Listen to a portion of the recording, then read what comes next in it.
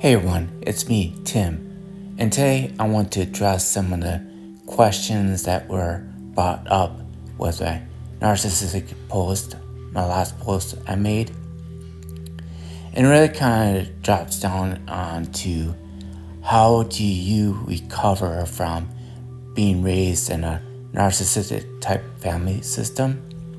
I don't put it that way because when you're raised in a family that has a narcissist, that narcissist controls the whole family. So the whole family is narcissistically controlled by one person. So it's not mainly just that one person that's affected, it's the whole family. So for us to stop the repeating pattern of narcissism, we have to find how we step into our own power, which I teach quite frequently on my channel here, how to step into your own power. If you're having trouble stepping into your power, then I recommend getting some coaching from me so I could teach you and guide you on how to step into your power, which always resonates within you, always at all times. And it's only us that gives our power away. That's how narcissists controls people around them, is people get their power to them. Because one way, shape, or form, a narcissist gains control of people by knowing their weaknesses.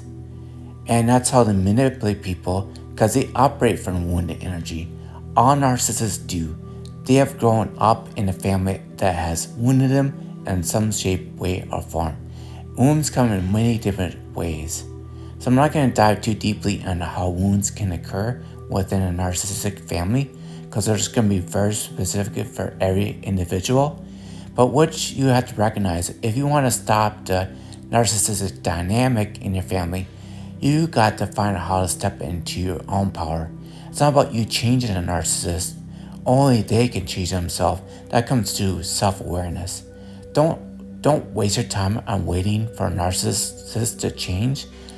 Most likely they're not going to. I say most likely. There are some narcissists that do change, but it comes through self-actualization, and that's very few and far between. Less than a percentage. Very few. But some do change, but a very small percentage. And so if you're going to wait for a narcissist to change, it's never ever going to happen. What we can do is not allow them to control and manipulate you by stepping into your power. And there's many ways that you can do that. And that's by like whenever a narcissist tries to gain power and control over you by manipulating you, you stop them in their track. And that manipulation comes in many different forms, like I said before. And one way is they may try to gaslight you. Gaslighting will try to paint a scenario in a way it never really happened to make you react to it and say, that didn't happen that way. Then they make it seem like you're the crazy one, thinking that your reality is not the real way, but their way is the right way. Regardless if you have evidence or whatnot, the narcissist doesn't care about evidence. They just care about their perception. That's all they care about. This is about them and only them. Nothing else but them.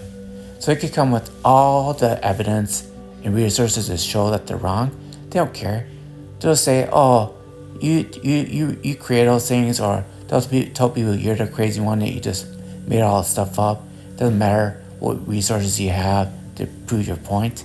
They'll never get to that point because they don't want you to be in their power, because they want the power from you. So they'll do whatever they have to do to steal that power from you.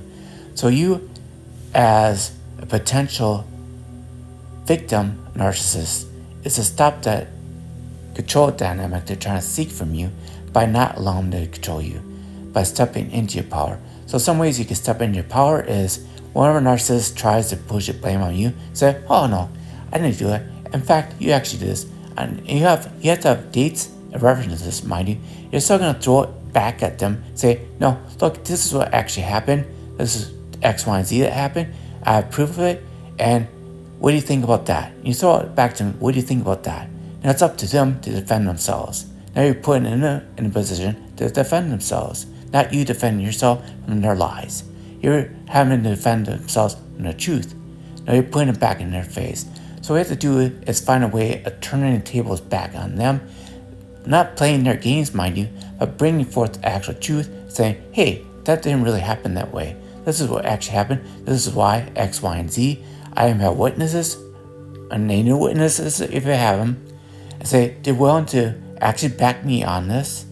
And what you're saying is false. What do you think about that?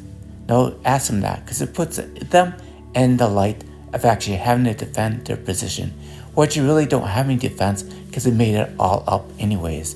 Because narcissists, like I said before, doesn't care about reality. They just care about their own reality to create for themselves that's for their own benefit. And it comes from wounded energy, because they're very wounded people. That's how they became narcissistic in the first place, because they're being in that control nature to protect themselves. And they're wanting everybody else to take the blame but them, because they can't handle the truth. Because the truth is that they got a healing to do. And if they don't want to do that healing, they're going to project that healing that they have to do on everybody else. It's everybody else's fault but theirs.